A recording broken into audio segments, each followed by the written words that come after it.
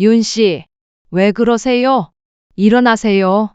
누가 구급차 좀 불러주세요. 저 좀 도와주세요.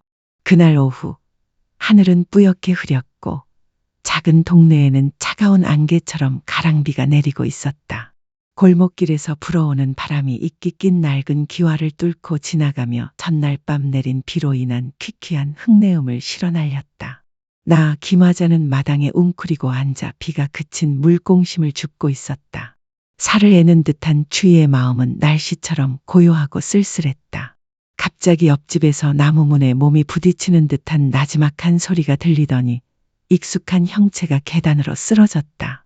나는 깜짝 놀라 고개를 들었다.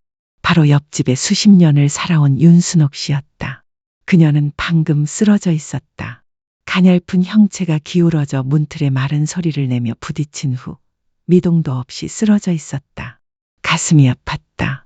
나는 당황해서 넘쳐오르는 채소 바구니를 내던졌다. 아직도 그 장면을 잊을 수 없다. 그녀의 얼굴은 종잇장처럼 하얗고 은발은 어깨에 헝클어져 있었고 가느다란 손은 마치 빈 공간을 붙잡으려는 듯 버둥거렸다. 그녀의 숨소리는 바람 속에 등불처럼 가늘고 간헐적이었다. 차가운 타일 바닥에 종이 뭉치가 떨어졌다. 가장자리는 변색되고 물에 젖어 있었다. 비인지 눈물인지 알 수 없었다. 나는 재빨리 그녀를 안고 흔들며 떨리는 목소리로 불렀다. 윤 씨, 왜 그러세요? 내 비명 소리에 이웃들이 뛰쳐나왔다. 골목길에 살던 이 여사는 우산을 껴안고 비를 피했다. 최 씨가 급히 전화를 걸었다. 나는 종이 뭉치를 집어들었다. 손은 떨리고 눈은 흐릿했지만 크고 굵은 글씨는 읽을 수 있었다. 윤순옥 여사 부동산 압류 통지서. 대출인 정민규. 나는 어리둥절했다. 정민규, 그녀의 사랑하는 아들, 그녀의 자랑이었던 아들, 그녀가 항상 눈물 어린 목소리로 이 세상에서 민규가 효도하는 한 더 이상 바라지 않겠다. 라고 말했던 그 아들. 그리고 지금 어머니를 이 지경까지 밀어붙인 건 바로 그 사람인가. 구급차가 도착했다. 사람들은 어머니를 들것에 실어 비를 피하도록 얇은 담요를 덮어주었고 나는 어머니가 너무나 안쓰러웠다. 비는 여전히 이슬비처럼 내리고 차가웠다. 마치 내 가슴을 찢는 고통을 더욱 깊게 파고드는 듯했다. 나는 현관에 서서 종이를 꽉 움켜쥐었다. 그 순간 나는 조용히 약속했다. 이 이야기를 꼭 해야겠다. 평생을 자식에게 바치고 눈물과 차가운 외로움만 남긴 늙은 어머니의 진실을. 이 이야기를 듣는 모든 사람이 한계없이 믿고 따를 때 그 진실을 알고 냉정하게 받아들이도록. 이슬빛 속에서 구급차가 달려갔고 오래된 돌길에는 긴 물길만 남았다. 나는 멈춰서서 지켜보았다. 압수수색 통지서가 사라지고 윤 씨에게 방금 떨어진 잔혹한 진실까지 함께 사라지는 것을 두려워하는 듯 내 손은 여전히 압수수색 통지서를 꽉 쥐고 있었다. 종이에는 아직 몇 줄기의 물기가 남아 있었다. 비였는지 그녀의 눈물이었는지도 알 수 없었다. 내 마음속에는 답 없는 수많은 질문들이 울려 퍼졌다. 그녀가 평생 그토록 애써 일궈온 그 집이 이 폭풍을 견뎌낼 수 있을까? 나는 집 문간에 앉아 여전히 골목길 끝 구급차가 사라진 곳을 바라보았다. 빗줄기는 더욱 거세고 차가웠지만 내 마음은 바깥의 비보다 더 차가웠다. 나는 알았다. 윤 여사가 내 눈앞에서 쓰러진 순간 그녀의 운명도 그 집의 운명도 돌이킬 수 없는 방향으로 바뀌었다는 것을. 그날 밤 나는 잠이 오지 않았다. 머릿속에는 그녀를 일으켜 세우며 내 날카로운 외침만 가득했다. 윤 여사, 일어나. 그리고 형언할 수 없는 고통으로 깊이 새겨진 그녀의 모습과 꼼짝도 하지 않고 누워있는 그녀의 모습만이 떠올랐다. 하늘이 밝아지자마자 비옷을 걸치고 병원으로 향했다. 그녀가 깨어나기를 바랐지만 그녀가 가장 먼저 물을 질문은 내 건강이 아니라 평생을 바쳐 지켜온 집에 대한 것이리라 생각했다. 다음 날 아침 병실의 낡은 커튼 사이로 햇살이 새어들어와 아직 혼수 상태인 윤순옥 부인의 얼굴을 비추었다. 나는 밤새도록 그녀의 침대 곁에 앉아 잠시도 자리를 뜨지 못했다. 잠든 그녀의 얼굴을 보니 주름살과 검버섯 하나하나에 평생의 고난과 고통이 선명하게 새겨져 있었다. 이른 아침 바람에는 들풀 냄새와 비오는 밤의 습기가 창문을 통해 스며들어 그녀의 은발이 살짝 흔들렸다. 나는 그녀의 가느다란 손을 살며시 쥐었다. 매일 땅을 파고 고된 노동을 하고 지붕을 손질하던 그 손이 이제 살짝 떨리고 있었다. 일어나세요. 제가 여기 있어요. 나는 연민의 잠긴 목소리로 작게 불렀다. 그러자 그녀가 살짝 몸을 움직이며 무거운 눈꺼풀을 천천히 떴다. 흐릿한 눈으로 낯선 방을 훑어보며 말라붙은 입술로 알아들을 수 없는 말을 중얼거렸다. 내 눈이 마주쳤을 때 그녀는 마지막 힘을 짜 내 말을 내뱉었다. 그 질문은 내 심장을 쥐어짜는 듯했다. 내 집 아직 거기 있을까? 압수당한 건가? 내가 대답하기도 전에 그녀는 벌떡 일어났다. 막대기처럼 가느다란 팔로 침대 프레임을 움켜쥐고 숨은 가빠지고 공포에 눈이 휘둥그레졌다. 안 돼, 안 돼. 돌아가야 해. 집을 지켜야 해. 집을 잃을 수는 없어. 나는 재빨리 그녀를 부축하며 눌렀다. 진정해. 의사 선생님 곧 오실 거야. 힘을 아껴둬야 해. 의사와 간호사가 황급히 들어왔다. 진정제를 주사했다. 목소리는 안심시켰지만 눈빛은 여전히 걱정으로 가득 차 있었다. 휴식을 취해야 해. 걱정 때문에 더 이상 건강에 해롭지 않도록 해. 하지만 저는 압니다. 윤 여사가 인생에서 가진 것이라곤 그 집뿐인데 어떻게 편히 쉴 수 있겠습니까? 오랜 세월 동안 장터에서 채소를 나르고 밤을 새워 옷을 수선하고 병마를 앓으면서도 계속 일하며 돈을 모았습니다. 그저 아이들과 평화로운 노후를 위해 집을 마련하기 위해서였습니다. 그런데 이제 한 장의 종이, 감정 없는 글이 적힌 한 장의 종이가 모든 것을 빚으로 굴욕으로 만들어버렸습니다. 윤 여사는 다시 속삭였습니다. 떨리는 목소리에 눈물이 흘러내렸습니다. 세진아, 어떻게 나한테 이럴 수 있어? 조금도 미안하지 않아. 집을 담보로 잡은 아들의 이름을 언급하는 윤 여사의 말에 저는 그녀의 손을 더욱 꽉 잡을 수밖에 없었습니다.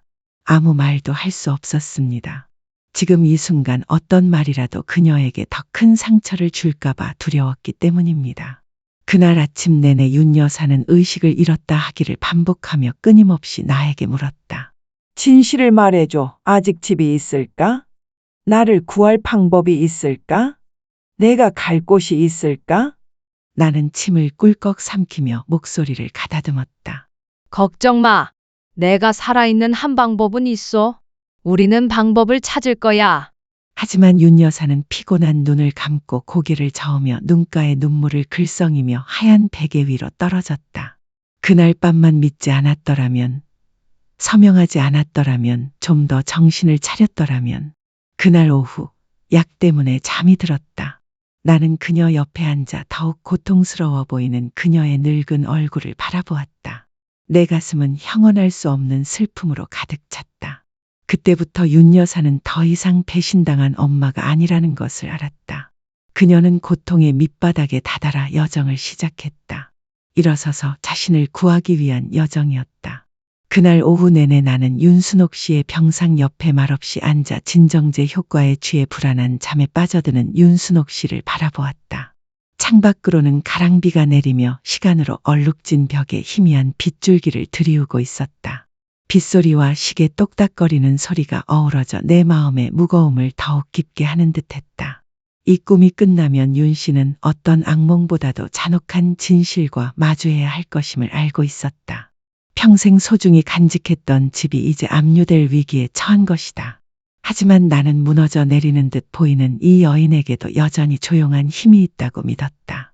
아이의 어리석음 때문에 지붕이 무너지는 것을 참아볼 수 없었던 어머니의 힘이었다. 그리고 내 생각대로였다. 창밖으로 오후의 햇살이 사라지자 윤 씨는 잠에서 깨어났다. 여전히 피곤해 보였지만 그녀의 눈은 묘한 결의를 담고 있었다. 그녀의 가냘픈 손이 내 손을 꽉 쥐었다. 쉰 목소리였지만 단호했다. 언니, 더 이상 가만히 앉아 있을 수 없어요. 일어서야 해요. 그 집을 지켜야 해요. 집을 위해서가 아니라 저 자신을 위해서, 아직 살아보지 못한 제 삶의 한 부분을 위해서요. 나는 그녀를 바라보며 살짝 고개를 끄덕였다. 그리고 그 순간 나는 알았다. 윤 여사의 새로운 여정이 시작되었다는 것을. 윤순옥 여사가 병원 침대에서 깨어난 날부터 그녀의 눈은 변했다. 여전히 똑같은 눈이었다. 세월의 흔적으로 잔주름이 깊게 패인 늙고 늙어 보였지만 이제 그 눈 안에는 불꽃이 있었다.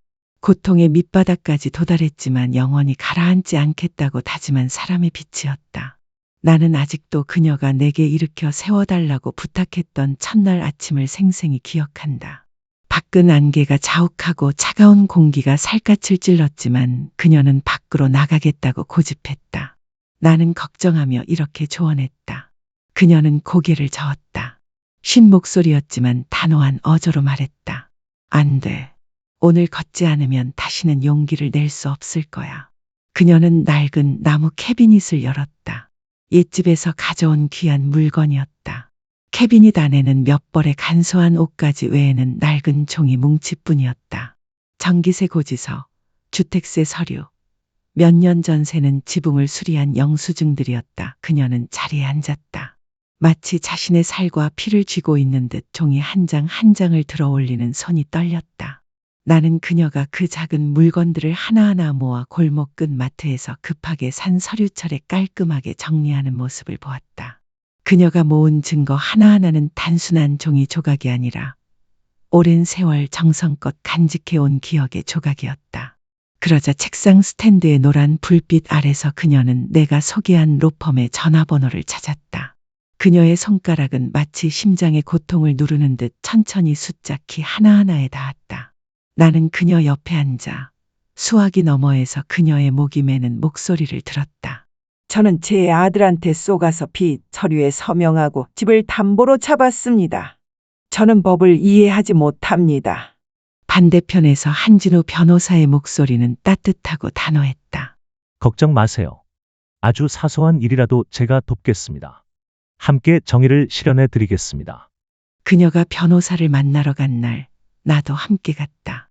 그녀는 낡고 바랜 코트를 입고 있었고 머리카락은 이슬에 젖어 헝클어져 있었으며 손에는 마치 연약한 희망을 품은 듯 파일을 쥐고 있었다.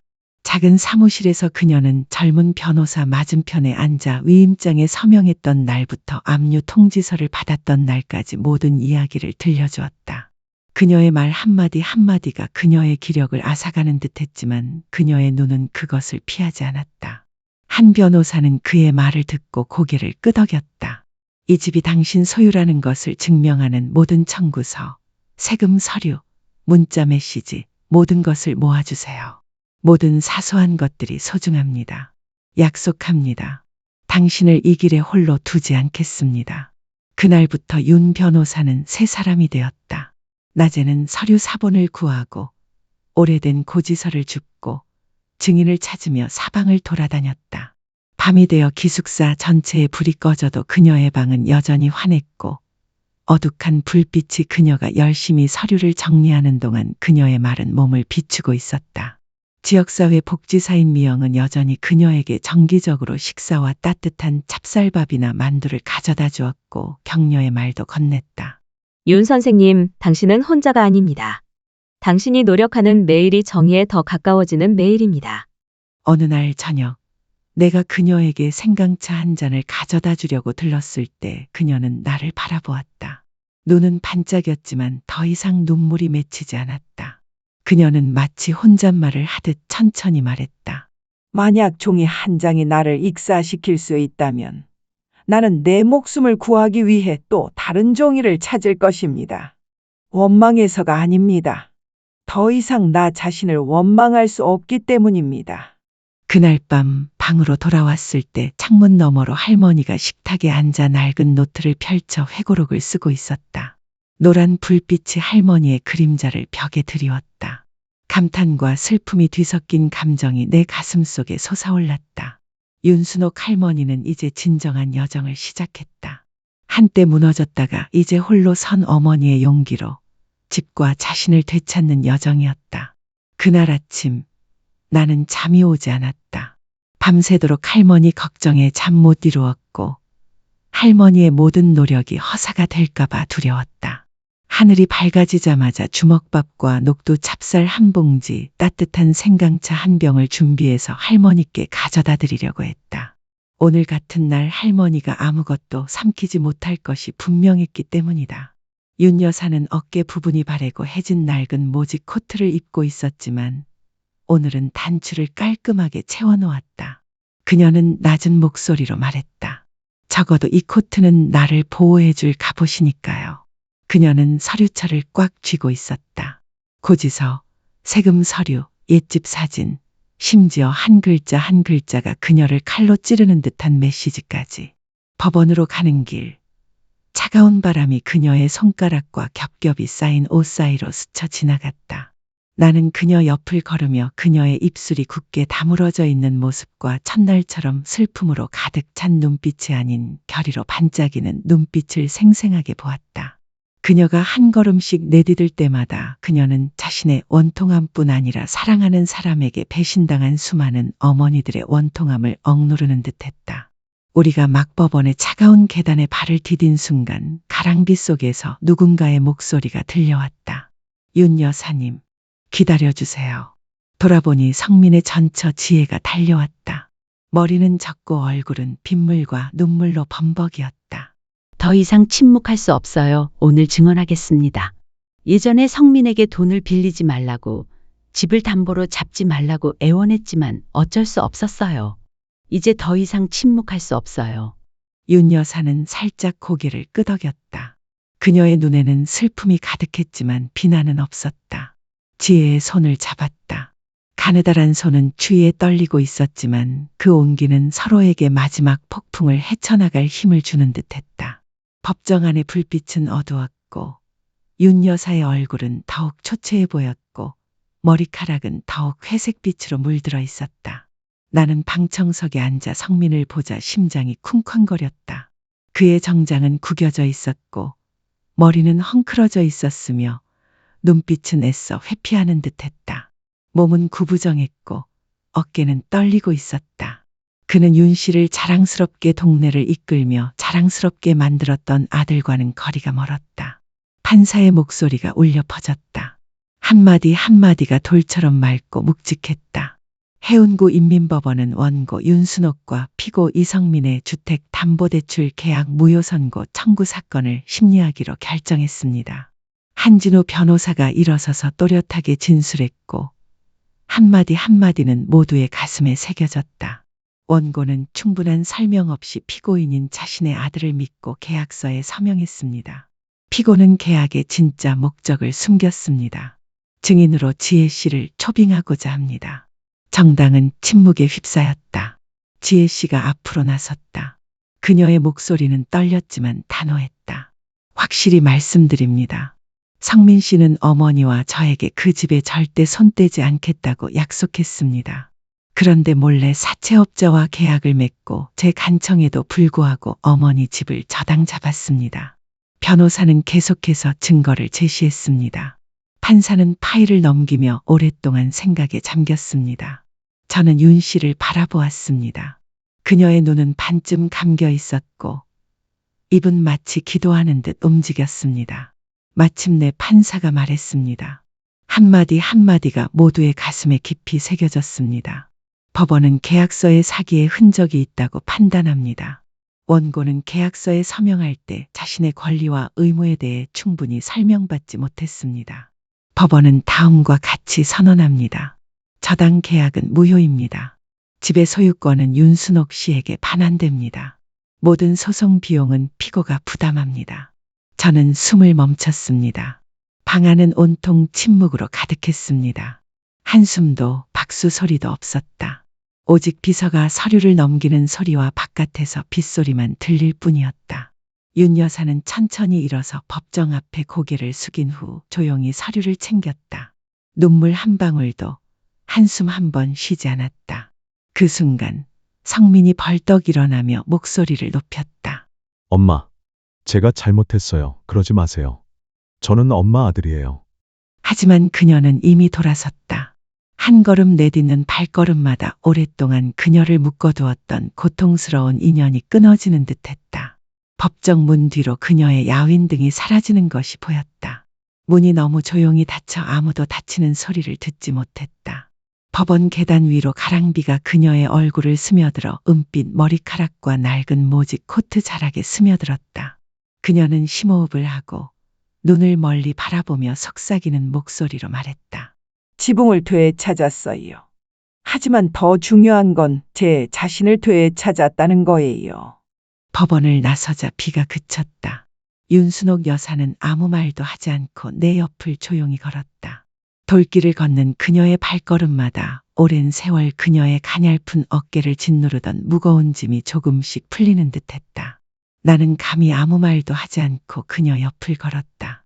지금 이 순간 어떤 위로의 말도 필요 없다는 것을 알았기 때문이다. 그녀는 강변 작은 찻집 계단 앞에 멈춰 섰다. 노란 불빛이 차가운 오후 하늘에 따스한 빛을 드리웠다. 그녀는 자리에 앉아 젖은 머리를 부드럽게 쓰다듬으며 눈앞의 광활한 강을 올려다보았다. 그녀의 눈은 멀게 느껴졌지만 더 이상 원망이나 기대는 없었다. 삶의 마지막 폭풍을 막 헤쳐나온 사람의 평온함만이 느껴졌다. 그녀는 깊이 한숨을 쉬었다. 마치 혼잣말처럼 부드러운 목소리로 말했다. 전쟁은 끝났어. 하지만 또 다른 문이 열릴 거야. 남은 인생 동안 나는 다른 누구도 아닌 나 자신을 위해 살아야 해. 나는 그녀 옆에 앉아 그녀의 시선을 따라가며 평생의 슬픔을 씻어내듯 천천히 흘러가는 강물을 바라보았다. 그리고 나는 알았다. 윤순옥 부인은 새로운 장을 시작할 준비가 되어 있었다. 평화와 자존감 그리고 자기 자신에 대한 장을. 그날 오후 윤순옥 부인이 옛집을 나간 후 이 오래된 이웃은 이슬비 속을 조용히 걷는 그녀의 모습, 비에 젖은 낡은 모직 코트, 가늘지만 묘하게 곧은 어깨를 계속 떠올렸다. 그녀는 뒤돌아보지 않았다. 어떤 형체도 찾으려 고개를 돌리지 않았다. 그 순간 나는 깨달았다. 그녀가 오랜 세월 어머니의 마음을 짓누르던 짐을 진정으로 내려놓았다는 것을. 얼마 지나지 않아 그녀는 바닷가 근처 하숙집 줄지어 있는 곳끝에 있는 작은 방으로 이사했다. 그 방은 낡은 나무 침대, 작은 티테이블 그리고 바다가 바로 보이는 창가에 놓인 의자 하나만 있는 소박한 방이었다. 가끔 채소와 죽을 가져다 주곤 했는데 매일 아침 생강차 한 잔을 들고 파도를 바라보는 그녀의 모습을 보았다. 바닷바람에 은발이 살랑살랑 흔들리며 낡은 드레스가 펄럭였지만 이번에는 슬픔이 아닌 묘한 평화로움이 그녀의 눈에 가득했다. 그녀는 구청에서 꽃꽂이를 배우기 시작했다. 아이들을 돌보느라 바빴던 시절에는 감히 생각해 본 적도 없었을 것이다. 빚 갚을 때 떨리던 그녀의 손은 이제 난초와 국화 가지를 하나씩 쥐고 낡은 도자기 꽃병에 조심스럽게 꽂았다.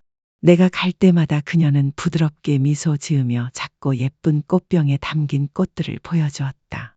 그녀의 눈은 소박하지만 깊은 기쁨으로 빛났다. 황 선생님, 저는 제 삶이 눈물뿐인 줄 알았어요. 하지만 이렇게 꽃과 차, 파도 그리고 평화로운 오후가 아직 남아있더군요. 어느 날 나는 그녀가 탁자에 앉아 두꺼운 노트를 펼치고 있는 모습을 보았다. 노트 한 장 한 장에는 빽빽하게 적힌 글씨들이 가득했다. 그녀의 펜은 한 줄 한 줄 정성껏 썼고 법정 한가운데 서 있을 때처럼 손이 더 이상 떨리지 않았다. 내가 묻자 그녀는 미소를 지으며 바람처럼 가볍게 대답했다. 황 씨, 제가 겪은 일을 되새기려고 다시는 약해지지 않으려고 다 적었어요. 이 글을 읽는 사람이 저처럼 어리석지 않게 제 아이에 대한 사랑에 눈이 멀지 않도록요. 제가 여기에 쓴 이야기는 허구가 아닙니다. 사실입니다. 저는 그 아이를 직접 겪었고 고통받았고 일어섰고 한때 온 하늘이라고 생각했던 아이를 놓아주는 법을 배웠습니다. 나는 그녀 곁에 앉아 파도 소리와 그녀의 목소리, 생강차 향이 나는 종이 위에 펜이 긋는 한 획 한 획을 들었다. 말로 다 표현할 수 없는 감탄이 가슴 속에서 솟아올랐다. 시간이 흘렀지만 나는 여전히 그녀가 매일 오후 해변에 나가 파도에 반들반들해진 매끈한 돌을 주워 모으고 지평선을 붉게 물들이는 노을을 바라보다가 고요한 미소를 지으며 조용히 방으로 돌아가는 모습을 보았다. 그녀는 더 이상 옛집에 대한 이야기도 자신을 빚더미에 몰아넣었던 아들에 대한 이야기도 하지 않았다. 그저 소박하게 하지만 자유롭게 살았다. 그리고 내가 지금 들려드리는 이야기는 단언컨대 실화입니다. 윤순옥이라는 어머니에 대한 이야기, 한때 잃어버렸다가 되찾았던 집에 대한 이야기, 그리고 더 중요한 것은 한때 찢어졌지만 자존감과 결의로 다시 꿰맨 마음에 대한 이야기입니다. 혹시 누군가 맹목적인 사랑의 어둠에서 벗어날 만큼 강인한지 의심했던 적이 있다면 순옥 여사를 기억해 주세요. 왜냐하면 이 늙은 이웃이 그것을 제 눈으로 직접 목격했기 때문입니다.